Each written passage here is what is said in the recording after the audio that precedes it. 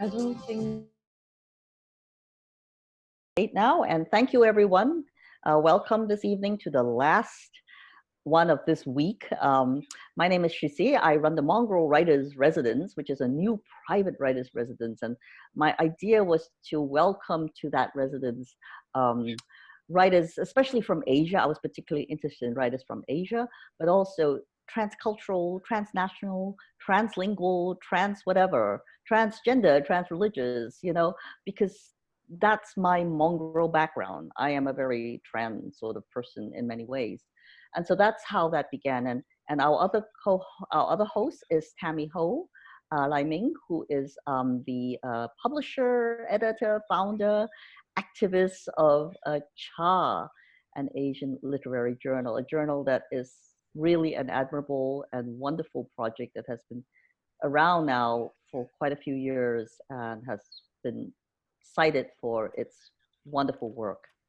And so welcome to tonight to our two readers. We have Joey Chin from Singapore. Joey, say hi to everyone. Hi, good evening, everybody. Yeah, and Henrik HOEG, who is originally from Denmark, right? But is now in Hong Kong. Okay. So let me give you a brief introduction to these two writers.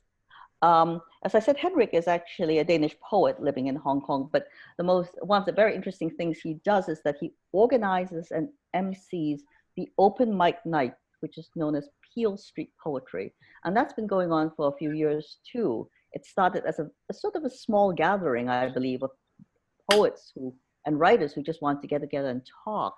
And they were in this wonderful space on Peel Street.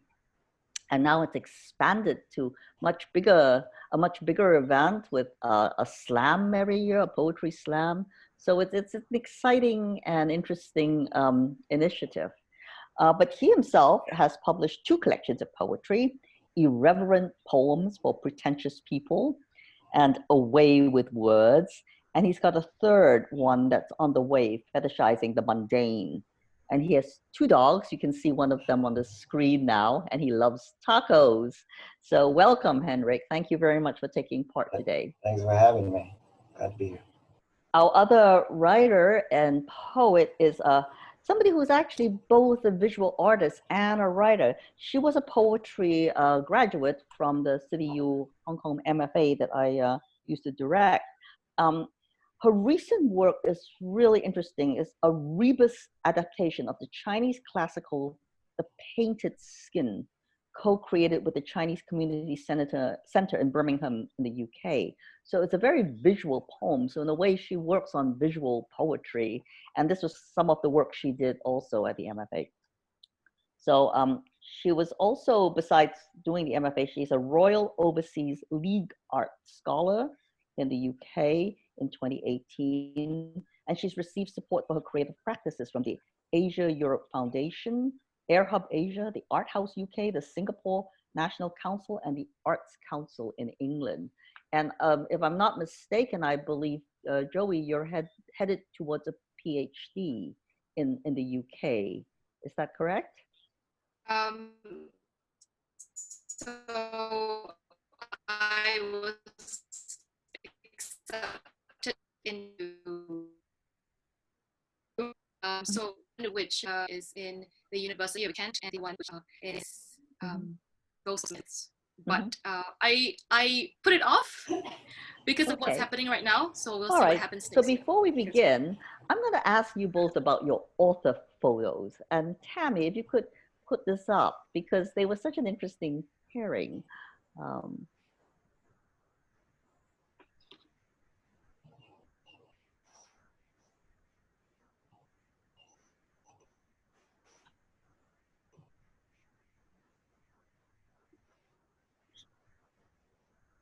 Can you all see what she's got up there? There we go. So everyone can see that.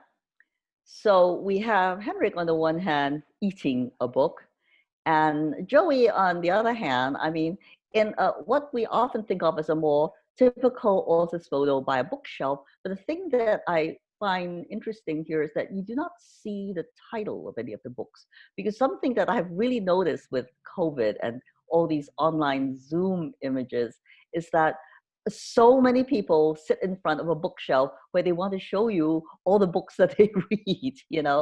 This is especially true of politicians. But writers, of course, are more inventive than that. So I'm curious, what's behind your author photo? Because this is very much a part of the writing life for many of us. Henrik, you want to tell us about eating books? Yeah, sorry, I lagged out there for a second. So I missed the thing you said, but I assume you were talking about the photo. Yeah, I don't know. I think just whenever my wife takes photos of me, I try and look silly to ruin them. So I was holding a John Scalzi novel, and that photo came out of it. I like it because it, I feel like it kind of, you want to prime people with what they're getting. And if you're going to read most of the stuff I write, it's pretty silly. It's not going to get itself too seriously, and it's certainly not academic in nature. So I've started using that as an author photo. I previously used one that was like me drinking a very big mug of beer that I thought was a good photo, but I was told was not a good idea. So, not a good idea to use beer. and I think that's in Denmark actually. So I was on vacation. Okay, all right. And Joey, tell us about your author photo. What went into that consideration? Well, it's not really that creative. It is, in fact, recycled photograph from elsewhere for another talk which I was giving. And I thought, well, what are the chances that you have your photo professionally taken and you like it, you know? So I thought, okay, let's just use this. And that particular shelf, you don't see the titles, but you would like to know that maybe it's nothing creative. It's only because the lighting at that part of the library looked good. So we thought, okay, why not? I think it's really a collection on coding, computing, and IT business studies. That's great. I love those sort of serendipitous, especially, yes, as you say, if somebody takes a photo of you professionally and you happen to like it. For me, that was one of the author photos I used for a long time, was something that someone took when I was being interviewed for the International Herald Tribune. And he just said, sure, you can have the shot, you know, and it was just like, wow, you know, I couldn't have asked for better. He took me right against, it was like a wall of post boxes, mailboxes, private mailboxes in a what we call a tong lao in Hong Kong, you know, one of these old Chinese buildings. And I just loved it. And for a long time, that was my author photo. I still use it occasionally, but it's very old now. So it's so anyway, that's just a little bit about the writing life, something that we all have to deal with. It's because at some point everybody says, oh, do you have a photo, by the way, that we can put up for this event, right? So I'm going to ask Joey maybe to read first. We've kind of switched. We were having the poets in Hong Kong read first, but this time I think we'll ask Joey to read her poem first. So the present is tense. Take it away, Joey. Okay. The present is tense, irregular. The past and present looking nothing like each other. I had to search for what turned out to be the plural of the singular. A standing single, smug and alone. At declension, clutch, clench, clench, clutch. At straws of stems, what to keep, replace, drop like a hat to make a salad. Nominative, a deed do. Accusative, a doing come, undone. Vocative, triumph is not trump. There is nothing neutral about the neuter. I reached past. It is irrelevant, a pretense to the tense present. Thank you so much, Joey. We'll give her a hand here, you know, virtually, because we can't do it for real. That's a really intriguing poem. So can we ask Henrik now to read his poem, Writing in the Time of Blank? Writing in the Time of Blank. We are sharing a complicated silence. Writers often wish for stranger times, seeking kindling in something more chaotic. Then those times arrive, and I seem to have left the words behind. This damn thing has turned me mute observer.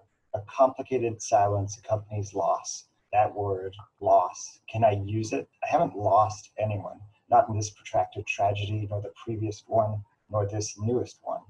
A loss of words is no real loss at all.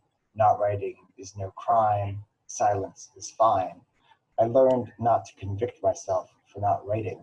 My previous adjustment tactic was writing about not writing, metastasizing an escape route, meta this, meta that. We can share a complicated pain just as well. Pain can be a powerful painkiller, a sleep aid, a restful night inspired by a quiet conscience instead of soft sheets. America won't let the writers sleep, won't let their silence hang. She'll choke the words from them with speakable crimes. She'll fill gutters with homeless people who remain ardent capitalists. She'll rant out one side of her mouth that the country is a fascist nightmare, and out the other that it is a fascist's nightmare. She had to interrupt this poem. She had to politicize the narrative. She had to sex up the complicated silence. But at least the writers wake up at all. Many ask, am I worthy to write about these things? There are some stupid questions. I know, I ask them often. If am I worthy to write about this is a valid question at all, then the answer must be no, you're not. If am I worthy to follow the great writers of old is a valid question at all, then the answer must be no, you never will be. Your MFA is not a master's in final authenticity. No one will hand you a degree in validity. You face two outcomes that are not quite choices, two realities, but one is already the only true reality. You will know when you know. Either you will discard such questions entirely or continue to write while being unworthy. You can never resolve those questions with a yes. If you discard them, there will be a silence, a complicated silence that we can share. Thank you, Henrik. Again, let's give him a hand. Also a very intriguing poem. And both of you are really, it was interesting to hear because I have earlier version of your poems and to hear what you edit as you read or have previously edited before you came to the reading. And I wanted to ask my first question about writing because both of your poems address on some level the creative process, which I find quite interesting, and what goes through an artist's or poet's mind as you look for the right words, as you try to articulate what it is you want to say. For example, Joey, in yours, you're searching for the plural of a standing singular that's smug and alone. And Henrik, what I found quite interesting was in reflecting on this moment, whatever that blank is. And I like the fact that it's blank rather than stated explicitly because it is so much of what's going on. It's not just the obvious, you know, but a loss of word is not real loss at all. So I wondered if you both talk a little bit about the writing itself. This strange period, immediately it will be two things. Firstly, how I feel affected and also not affected it by at all, you know, because so much of writing is a solitary act. You will write alone, you will read alone, and the furthest that you might go would be a writing group, right? And even then that can be replaced by emails, which is something that we are quite used to even in our MFA program, you know. So for most of that part, I felt okay with it. But I also realized that during this time for me, I felt like I was just doing very baseline work. You know, I couldn't really write or to think creatively. So what I reverted to was really just reading. So the very act of reading, mining for a language, you know, the very origins of how text and language comes together, very much like how a new cook often wants to know a recipe, what mix up what and in which proportions. So that was my writing experience, trying to figure out the origins of things, the basic building blocks of language, grammar, how they come together to form a poem. Thank you. Henrik, what about for you? Yeah, I usually don't write about anything contemporary or things like this. I actually would normally not write about something like COVID or what's going on. It's really just not my thing. And oddly enough, I think in this, it's funny, Joey's poem is more like something I would usually write. It's messing around with language, you know, it's having fun, and some of it is almost pun-based. Like, that's so much more what I'd usually write. So when I have to write something like this, or when I try to, there's always like, it never comes naturally. I always have to have some contrivance, because it is contrived, because it's not my normal writing style. So like I have to, some one line that will all go around, or like some concept, right? So if I had, you know, wrote one at some point that was like, okay, it's going to be a breakup letter with America, or it's going to be, and this one I was like, okay, it's going to be entirely about this one concept of a complicated silence, which I'd seen somewhere in the book, and I should just, I built it around that, rather than having an idea what it would be at the start, because I'm not used to writing about contemporary issues, and I feel like it's difficult, and there is this constant worry that you're not worthy to write about it. Mm-hmm. That's interesting, the response, because, you know, the prompt that we gave everybody was this theme, this broad thematic of the writing life beyond COVID-19, but everybody came back with really, you know, quite different responses.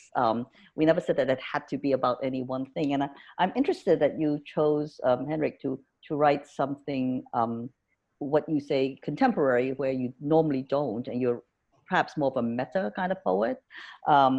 And yet with Joey, it was sort of like not being able to write, not finding it so easy to think about writing. So to go back to the basics, to the baseline. So I wanted you to unpack for us that each of your poems seem to have an inherent question you're trying to address. Certainly, I think the complicated silence is one that you just mentioned, Henrik. I really think that that's a question you were trying to unpack in the poem. And Joey, of course, I think right in the title itself, the present is tense. And what is it about tension that you're trying to unpack, or just tenseness, I guess, or the presentness of this moment? I'd love to hear you talk about, you know, the questions or the ideas you were trying to struggle with in these poems. So maybe I'll just talk a bit about why I decided to write something like this. Finally, I had enough time to really start thinking about a language which I had been learning for the past few years, but was never very good at it. So I had time to sit down and revise my Greek, and to start becoming an active learner of a foreign language, rather than being the passive person that I usually was. And then I was thinking that it's very strange, because now I have time to think about verbs. You know, I have sufficient verbs and vocabulary at my disposal to write a simple paragraph. And there were very mundane things about going on a holiday, going to the zoo, ordering this, ordering that. And then I realized that this is really irrelevant. I'm not going to be able to do any of these things right here, right now. And that's also when I realized that certain words, when they are irregular in tenses, or with the singular or plural, it's not as simple as just putting an S or an ES. You know, it just becomes something else altogether.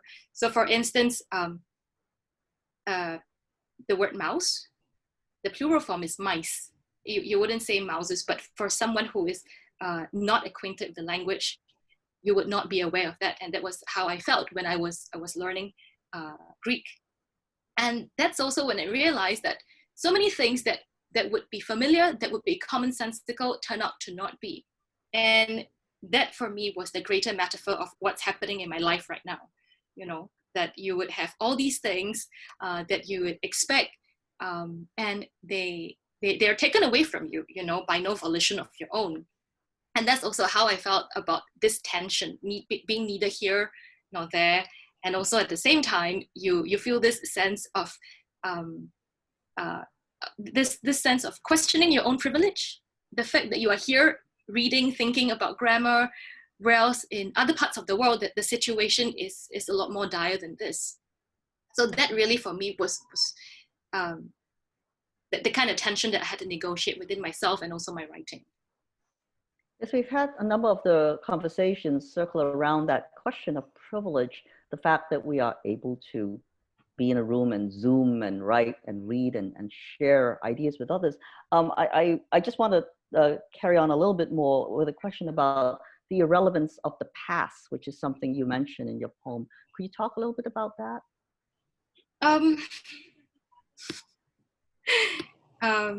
That really came from a Taylor Swift song that I heard on the radio. I mean, it's a very old song, you know. It goes like, we are never ever getting back together. So that was what I felt about the past, you know, telling me that we are never going to get back together. Also because in between, it was quite real. I was getting engagements and exhibitions canceled, and you wouldn't even know when it's going to be postponed or whether it's been terminated. So that for me was what was that all about?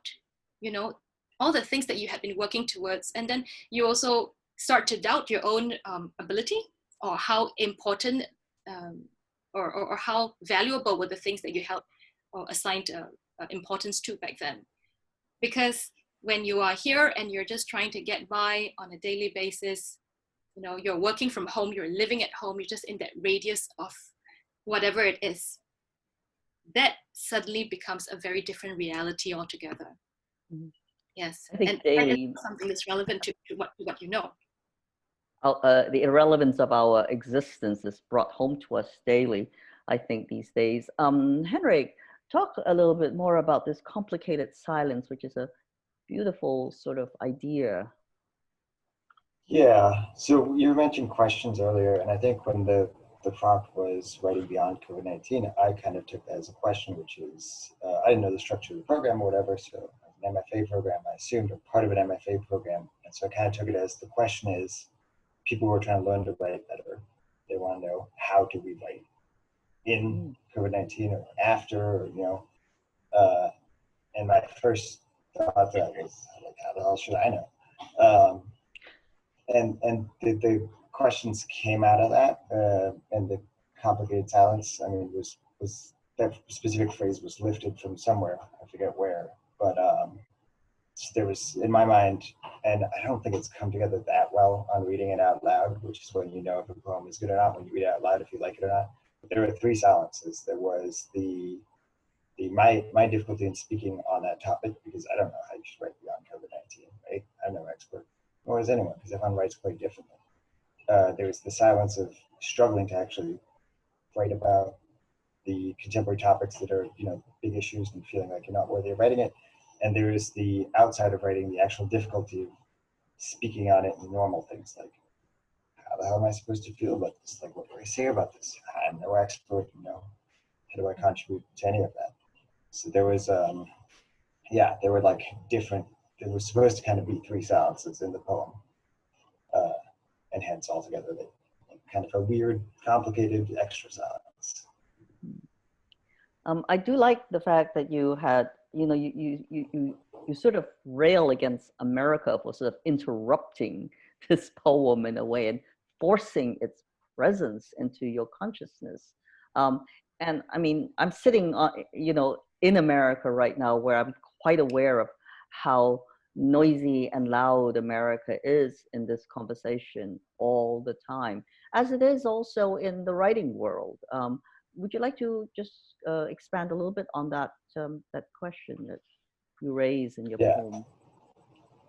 America comes up a lot for me as a third culture kid. I mean, I sound American, but I'm Danish. I grew up in Hong Kong because I went to a Canadian school here.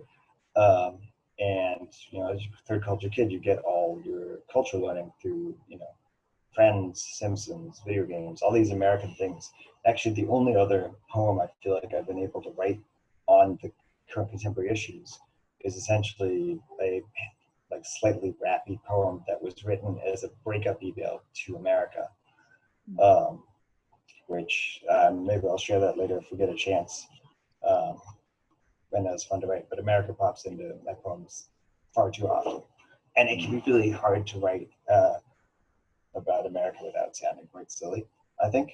In the same way that I think it's very hard to work in things like Trump or Boris Johnson or, you know, without, they're like very thin lines to walk. And you get people that come to open mics that will read these kind of like very obviously, you know, political, very one-sided poems, and it's really preaching to the choir, because in any open mic poetry night, you're essentially sitting around with a bunch of people who are also quite left-leaning, and it risks like sounding like you know, shouting into the void.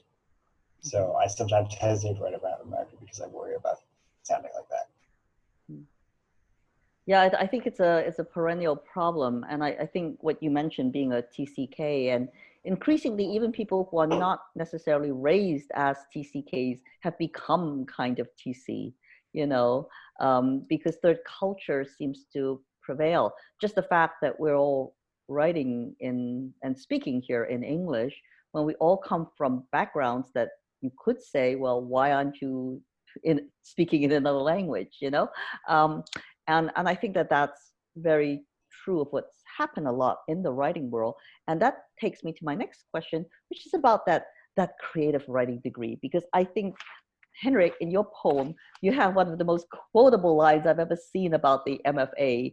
Your MFA is not a master's in final authenticity. No one will hand you a degree in validity. Which I just love this idea that, you know, because the MFA can be overwrought at times, and yet at the same time is the world that many of us who are writers, especially if we, you know, I got an MFA degree in the US also from Massachusetts. It seems to be so much of our world. And Joey, you're somebody who's possibly going to go on to not just the MFA, but a PhD as well. Let's talk a little bit about academia and creative writing, because I like the fact that Henrik's poem forces us to address this question. What do you all think about that? I'll get Joey to start, because you actually got an MFA and now you're going to get a PhD possibly. To be honest, before I started on the MFA, wasn't actually sure what an MFA was. I had to read. Yeah. And of course, if you were to read the definition of an MFA, they always refer to it as the terminus degree. Mm-hmm. You know, and then if you have friends who are writers or artists, they will question, well, maybe an MFA is all that we need, right? Because after all, it's a terminus degree. You can go on. I mean, it can be seen also as the highest level of education that you can attain if you are seeking to be a practitioner. Or at least that's what many people think. But I think the MFA is really the beginning. You know, it's really when you graduate that you ask yourself, okay, now I have it, and I just managed to grasp. You know, I just managed to scratch the surface, and then what's next, right? So I feel like with an MFA, it really teaches you a variety of things. You know? I think the first thing it teaches you would be rejection and critical thinking, and also how to be kind at the same time.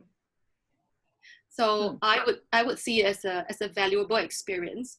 And there are so many different courses that I see online right now, especially during COVID-19, because now we're talking about how to keep yourself, what's the word? How to keep yourself employable, how to upgrade yourself. And you see lots of very interesting creative writing courses that's also very similar to an MFA. So there's really so much to explore, you know, with academia, education, writing, and industry experience. But do you think an MFA is something that's necessary to be a poet? That's a very good question. Well, from my point of view, I feel like for me, it would have been necessary because it allowed me the time to dedicate myself to pursuing something without any excuses. Okay. Yeah. So you needed school. What about Henrik? I love this Masters of Final authenticity. It's a hard no for me on needing an MFA to be a poet. I think the concept is pretty silly. I mean, Walt Whitman, Ovid, right? They don't get MFAs. I think I have two things in the MFA, and I'm totally outside the academia, so it's easy to throw stones on the outside. I have a degree in psychology. I don't have much interaction with academic poetry at all. I think an MFA is a type of thing where it has less value if you're in it for the destination. It's clearly like and it's not the end, right? If you're in it to have an MFA because you think it's a stepping stone that you need, you're going to miss out on the journey. But if you're already wise enough to go into an MFA, being like, I'm here to really work on myself and really experience the journey and not just try and get to the end line, I think you probably get a lot out of it. But I don't know, because I don't have one. And then my other slight issue, and this is very nitpicky, but I think it's funny that it's called a Master's of Fine Arts, and I don't particularly consider writing a fine art, or it certainly doesn't have to be. Writing is usually kind of a very people-centered art, you know, it's kind of, I mean, it wasn't always for sure, but there was a time where writing became working class in a lot of contexts. It's not some pretentious hoity-toity fine art, or it doesn't have to be, and I like it less when it pretends to be. I think so it's very interesting. I'd almost change the name. I think it's very interesting, this question of whether or not it is a fine arts, because that was always the argument against the MFA. It was the last of the creative arts really to fall into this MFA rubric. Because, you know, there was always dance and music and painting. Everybody acknowledged that these were things that you went and apprenticed and studied. It was okay to do an MFA in those, but writing was sort of like, well, everybody reads and writes, right? You know, and why do I need a degree? In fact, I still tell people, I have very mixed feelings, even though I've directed 2 programs. I have very mixed feelings about the degree myself, because the first thing I usually tell people is you do not need an MFA to be a writer. To be a writer, you need to write. On the other hand, as Joey said, for a lot of the students I've taught in the last 20 some odd years of teaching in MFAs, so many could only find that space to explore themselves and their writing through the MFA. That there was not, I don't want to use the word permission, but somehow the society or cultures that they came from didn't give them the space to do that, or work life didn't give them the space to do that unless it was seen as work. I know that the way I could convince my parents that I was going to do this and become a writer was to say, I'm getting a master's degree in English, you know? And so I think this problem is a perennial one, and it's more acute for writers, I think, than for people in the other art forms. Nobody questions going to music school to study music, but here's the thing, I can't do. I think dance is a great example, right? Is dance a fine art? Probably, yeah, if you're looking at like ballet, but a lot of dance now is like, it comes from the streets essentially. It comes from kids making up new stuff. And then that stuff gets retroactively put into these programs when it becomes socially acceptable enough, right? Kurt Vonnegut will be taught at MFA programs now, but you know, when you open up those books when he first was coming out, and it is like little scribbled drawings and stuff, like that's not really established and acceptable, but now it's, you know, taught, and it like retroactively makes it a fine art. And that happens a lot with dance, right? So now certain dance styles that were totally outside of the academic realm are studied. But you obviously don't need to go through that system to be a dancer, because those dances were created outside that system, and a lot of good poetry is created outside that system, and you can definitely be a poet without an MFA. Definitely. I think poetry, writing stories, writing novels are often straight out of life, you know, has very little to do with the academy. But it is interesting how writing has now become, you know, shanghaied by the academy, if you like, you know, and you're right, Kurt Vonnegut would never have been taught in a literature class once. But by the time I was studying literature in the 70s, I did just a bachelor's in literature. Vonnegut had already made it in there. But that was in America.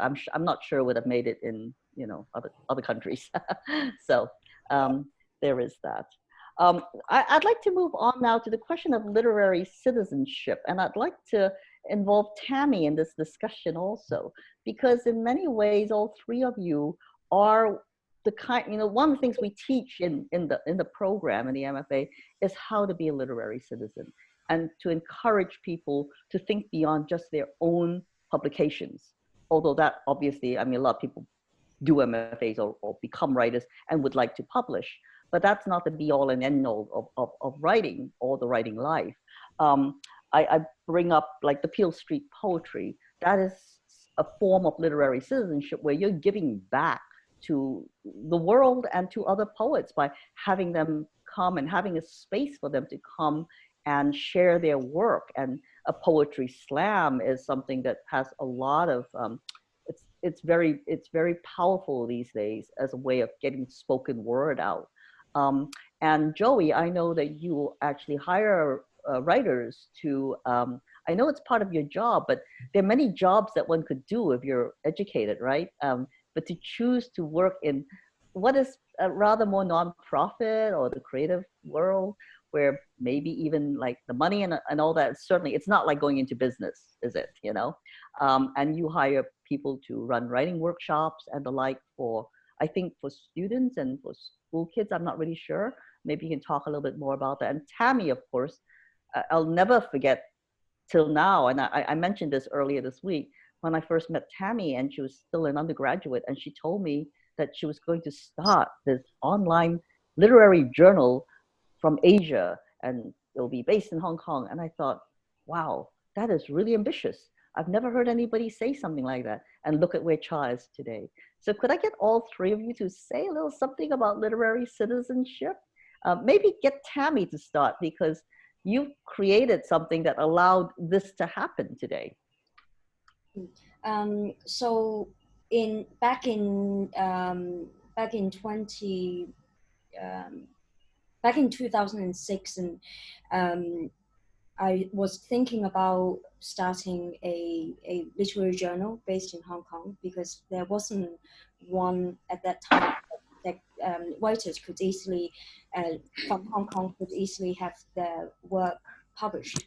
And the journal was founded in 2007, 10 years after the handover. And over time, instead of merely publishing quarterly issues, we started to do different things, including the Cha reading series. We began in 2017 to coincide with the 10th anniversary of the journal. And this is actually, this residency is part of that, actually, the Cha reading series. We also started the Cha writing workshop series. So we invite writers associated with Cha to provide writing workshops for local students and also underprivileged groups. And Henrik is actually one of our workshop leaders, and he has done great work for us. And I think for me, it is important to have a literary publication based in Hong Kong. And right now, my aim would be to continue to do as much as I can, and also to collaborate with different groups and organizations, both in Hong Kong and overseas. And I'm very glad to create or help build connections between writers from Hong Kong and writers elsewhere, such as this residency. Henrik, why do you do what you do with Peel Street? Because I originally just liked running the open mic myself. So I've been emceeing it for 6 or 7 years, and the actual open mic has been around for 15. And a friend dragged me along at some point back when there were 6 people that would show up every Wednesday, and I just liked it so much. I started going every Wednesday, and at some point, our previous MC, Akin, had a kid. He handed it over to me, and it was still pretty. It's like maybe 10, 15 people on a normal week. So we took it to social media, got a Facebook page and all that. And then, eventually we grew to, we get sort of 40 and 50 on a regular night. I've always just liked, I like the performative element. I like the open mics. And yeah, that idea of being like supportive for like young writers, I think you get a very different, open mics serve a very different function to journals, right? You get people who are legitimately reading something for the first time that they've scribbled down on, you know, a napkin, or a poem they wrote in high school. And I remember some of the terrible stuff I read when I first came to the open mic, because, you know, you have that cringy stuff you wrote in college and high school. And I read that out, and like a big part of the open mic to me is like supporting people who come in and are essentially reading the similar kind of thing that I remember writing back then when you first try your hand at poetry, if you're not in that kind of mainstream or academic side of it. I think most people have kind of tried their hand at writing poetry casually, and open mics is where those people kind of get it out. And then, like Tammy, I put a big emphasis on working between groups, so that's how all the collaborations come across with CHA. Every year we run that slam, and the finalists get published in CHA. You know, we've done all these workshops together, and we try and do the same with non-literary groups, like we've worked on with Wanchai and stuff, just to try and let people know that something like an open mic exists in Hong Kong. People tend to think of Hong Kong as a bit of a cultural desert. You know, they'll show up to the open mic when they've heard about it, and they'll be like, I just didn't think this kind of thing would exist here. I thought it was all, you know, bankers and business cards and cocktail hours. But no, there's little literary scene as well. So that makes me happy. And then we do occasionally get, people, poets, especially if they're have been published or been around for a long time, are kind of like, or I don't like it when people who haven't really been established in poetry, you just let anyone up on the open mic, you know, or they'll even say like, oh, I just wrote this 30 minutes ago, and that annoys me. Like, I've had people come up and say that to me, and I just don't feel the same. Like, I like the more broad inclusion that I think sometimes is not available outside of more casual open mic things. I think like, it's really important. Yeah. Can I ask Henrik a question? Sure. Much of the year, Peel Street Poetry takes place weekly. Do you ever feel very tired? Having this to maintain this regularity, you must have a lot of energy, or keep a high, ensure a high level of energy to do all this. It ebbs and flows. There are definitely times when people tell me like, oh, like, I probably want to take a break, or like, I've been entering it basically every week for like 6 years, obviously not less now with COVID. And yeah, it ebbs and flows. There are times where I'm like, oh, I don't really want to go poetry this week. And then when we do have a break because of social distancing or something, when I come back, I'm like, oh, I forgot how much I missed this. It's kind of like my weekly like happy place as well. And I really love kind of getting up on the between each poet, because I get up and introduce everyone, just either like saying something nice about the poem, cracking a joke about it to keep the audience engaged and things like that. I'm usually a big introvert. For some reason, emceeing on the open mic, I just become an extrovert and a total stage whore. And it's, yeah, it brings me joy. So something in there has naturally kept me going.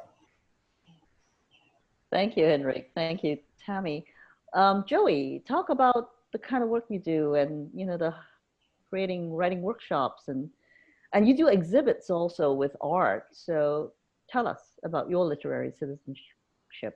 So when you hear the word literary citizenship, you know, some of the things that come to mind would be reading books, texts that make you feel familiar, or texts that make you feel like you're at home, or otherwise, in other instances, it would be how you bridge yourself to that feeling of familiarity, or that you are the reader that belongs to this book, and vice versa.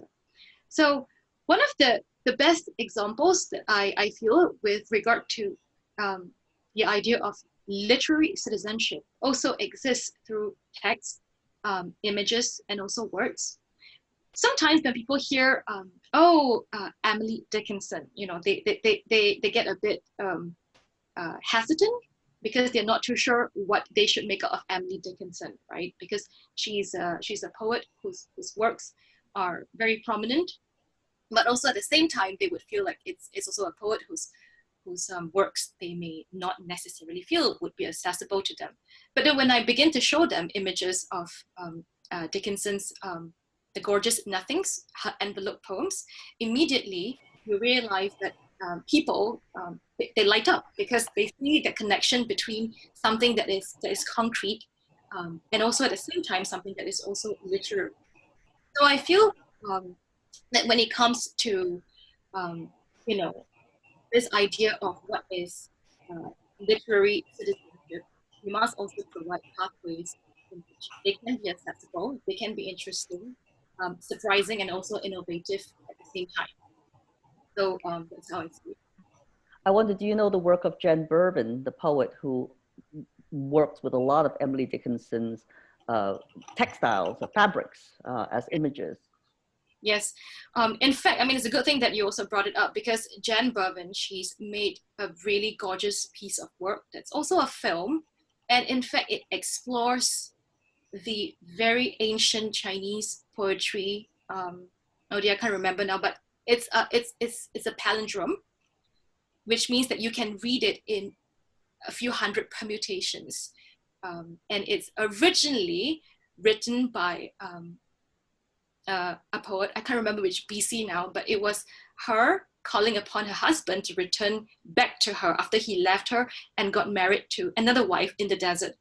So one of the things which Jen Bervin did, she interviewed women, academics, coding engineers, what they thought about this very intricate piece of poetry, and also linguists as well, because the language that was used then it would be considered archaic right now. So these are fabulous ways in which, art and text can also intersect. Mm-hmm. Yeah, I think it's interesting. I have to, when I think about my own ability to become a writer at some point in my life, I went to, I had a journal in Hong Kong that is now defunct, published my very first piece when I was in my 20s. And this was like, wow. It was just a feeling like, oh, it's like somebody actually will read my work. And I remember when I first arrived in New York City to live, I went to an open mic because that's the only way I had already finished my MFA at that time, but I hadn't published a book. I just published some stories. So I went to an open mic to try to read, and it was a way of understanding that there are communities out there and I can connect to them. And I eventually found other groups and other places to read and things like that. And it didn't matter whether or not you had published or that you were known or anything. It was just open. And I've always liked that concept of an open mic being democratic, really, where it doesn't matter who you are. You can get up and try, you know? And also the idea, yes, Henrik. I was gonna say, it's funny because open mics also vary so much. The one time I was in New York and tried to go to an open mic, I walked in, we showed up when it was like supposedly opening. Slots had been filled since like 3 hours before the bar even opened, so you couldn't actually get on the mic. They weren't serving beer, they closed their bar. We walk in, there's a guy on the mic just screaming, "Squirrels on a trampoline, squirrels on a trampoline," for like 2 minutes straight. Then he says what his Instagram is, and then he gets off the stage. So I was a little thrown by my first like open mic experience in New York. And I promise it's not like that in Hong Kong if you come to open mics. Hong Kong's much better. I wanted to mention, so when you first said literary citizenship, I think about like how you write in relation to where you are, right? So if you're in Hong Kong, if you're gonna write a poem about Hong Kong, I've always held in my mind these like two extremes. Whenever someone reads a poem about Hong Kong and they drop in the phrase fragrant harbor and like cringe a little bit, that like wink, like I know the meaning, you know, the transliteration, I'm always like, ah. But then at one point, a local poet, a good friend of mine called Vishal Nanda, read a poem where he dropped in a reference to the Thankful ads in front of movies in Hong Kong.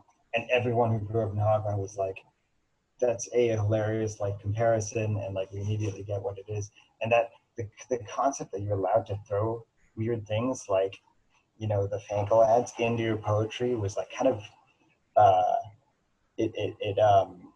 it opens up more to write about like your real localized experience and not be afraid of the fact that it's probably a little weird. And I use that in some of the workshops that I've taught through Asia Cha to explain to kids who are growing up in Hong Kong that you don't have to write about this weird idealized form of Hong Kong in the way that you read poems about like Keats writing about roses and stuff. So you think you have to write in that style and then somehow make Hong Kong like that when your Hong Kong is weird and messy. You actually can go in and write about that weird and messy stuff. And that kind of ties back to the whole, you know, is writing a fine art? I actually think it's, you know, a dirty, messy, populist art. Or it's great when it is. And so when you said that phrase, literary citizenship, I think that comparison on the one extreme being like Fragrant Harbor and how cringy that always seems to me, and the other extreme, Fankel ads. Well, I'd like to actually get Joey to address the Singapore side of this question, because, I mean, do we have to put the merlion into every Singapore reference? Yeah, stuff like that. Yeah. How do you negotiate that?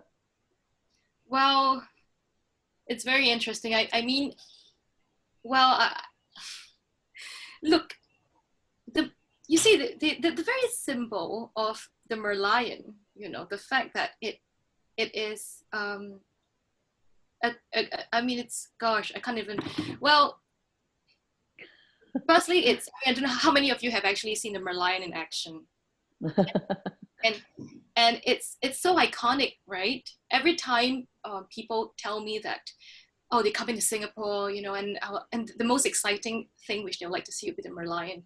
I would see it as a very clever metaphor for how we exist as a country, you know, which is it's a hybrid, you know, and on top of that, we're very clever at marketing ourselves. And I think this may be potentially what is uncomfortable with many poets, I think, you know. So that is something which they would try to explore. But of course, we know that it's never really about the merlion, is it? No. It never really is. But nonetheless, I do feel like it's a thing now where people want to write about the merlion, and we should have as many varieties and I mean, yeah, really. I should write a merlion. I think the thing is, if you're gonna write about something like the merlion and you're gonna be the 100th person to do it, you better say something interesting. In the same way that if you're gonna write a straightforward love poem, there have been millions. So you really better come up with something that's different. Because if you don't, it sounds like you're satirizing love poems, right? They're so cliche that you can't write a straightforward love poem without sounding like a weirdo. Yeah, that's the tricky thing. Yeah.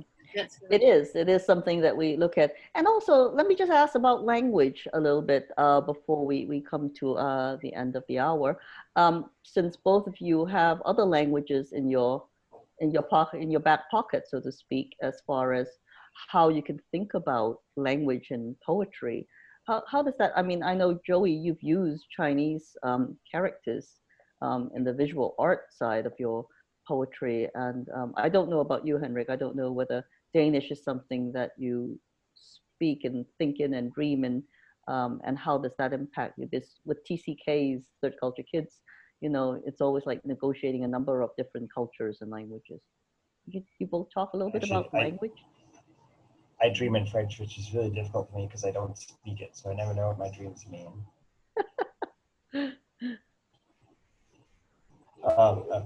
Yeah, so I speak Danish. I don't really write poetry in Danish. In my second book, I went to some open mics in Denmark, found a bunch of poets I liked, and I translated 10 different works by contemporary Danish poets who I just met at open mics into English and worked with them on the translations back and forth.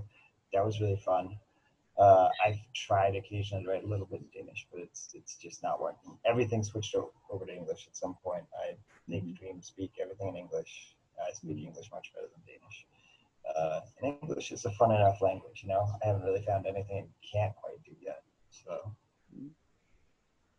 What about you, Joey? You grew up in post-colonial Singapore where English became your language. Well, I would say that on a daily basis, Singlish is the way to go. You know, that's one thing. But of course, I mean, the language administration, etc. You would have to state that well, you will have to be speaking in proper English. This is quite funny though, because recently for applying for the PhD, I had to submit like a letter of proficiency for English. Uh-huh. You know, so that was quite funny. And then obviously I submitted my certificates, and this was for, I don't know, like this was like for my O or A levels, I can't recall now. And they said, oh, you did the exam too long ago. And I was thinking, wow, what can I do now? You know, so that's always quite funny. But other than that, definitely Chinese. But I really enjoy the language, I have to say, from more of a visual component rather than a communicative component. Because I didn't grow up speaking Mandarin. I think in Singapore, it might be more common to engage in dialect rather than Chinese itself. And of course, you know, learning Greek, which is both a joy and pain at the same time. I often feel like I'm relearning mathematical equations, simultaneous equations, while trying to put grammar together. So that's always fun. Yeah, I sympathize. I'm trying to learn Bahasa Indonesian right now, and yes, the verbs drive me crazy. So as a last thing, could I ask each of you just to talk a little bit about, you know, personally, you know, this larger question of the writing life beyond COVID-19. How do you feel hopeful? Do you feel just stuck in this tense present? How do you think about it? Because we're all in lockdown in one form or another. We're all writers or trying to write. And what does it all mean? So I'll just let you each have some last words on that before we finish off tonight. Yeah. Henrik, So I was originally planning to probably launch my third book in August, September this year, and you know, just indefinitely put off, which is probably good for the book itself, right? You end up editing more than you would. Maybe it's getting better and better, but I don't know. Things have been very, very busy. I haven't had. I've been more busy at work than anything, so I've been writing less than I would like to. Yeah, I think you said it earlier near the start. You know, the only thing that makes one a writer is writing. So I guess I'm not that much of a writer currently. Maybe you're on pause for a little bit. Yeah, what about you, totally Joey? okay as well. It's okay. Yeah, it's okay to pause sometimes. Yeah. And as in the poem I wrote for this, right, there is a line that's something like, "Not writing is no crime at all." You know, and that's one thing. Like, I think a lot of people are kind of on a pause mentally because COVID is so stressful and all so stressful, and you need to be like, that's okay. You need to give yourself permission to not write for as much as, you know, several years if need be. How about you, Joey? I know you put on pause your PhD, which is part of your creative practice. Well, where do you see the writing life beyond this? So I would like to share with you guys a quote that I really love, and it goes something like, "Reading gives you a place to be when you have to stay where you are." So I really think that if you can't engage in any sort of writing seminars or meeting a writing group, or even just rise above yourself to get up in the morning to write, I think let's just go back to the basics and read. You know, that's how I would see it. You know, in geography, they use this term fallowing. So it's a year where you don't grow anything. You let the soil regain its nutrients. You know, so when it's time, it becomes fertile again. So that's how I would see it. So let's just read and write after that. Yeah, there's and kind of I was gonna say, in kind of a similar way, one of the best pieces of advice I feel I ever got, and it's the same thing, is the idea that there isn't really a writer's block, there's only a reader's block. And if you're stuck writing, go read, and you won't be stuck writing for very long. And I've always kind of stuck to that. And there's so much good stuff coming out, especially if you're into your science fiction. All the stuff coming out of China in translation is amazing. So yeah, there are too many books and too little time, so you got no excuse. Yes, sci-fi has become very interesting. For the first time in my life, I'm actually reading quite a bit of sci-fi speculative work, which I never used to read very much. Three-Body Problem, that whole series? Not yet. That's one of the ones on my list. Yeah. It's so staggeringly good. It's interesting work. Yeah. So anyway, we've come to the end of our hour and the end of our week. And I want to say thank you to both our speakers tonight, Henrik HOEG and Joey Chin, but also to all our other writers who have participated and all of you who have come to sign in and join us on these evenings and mornings in some cases of this week.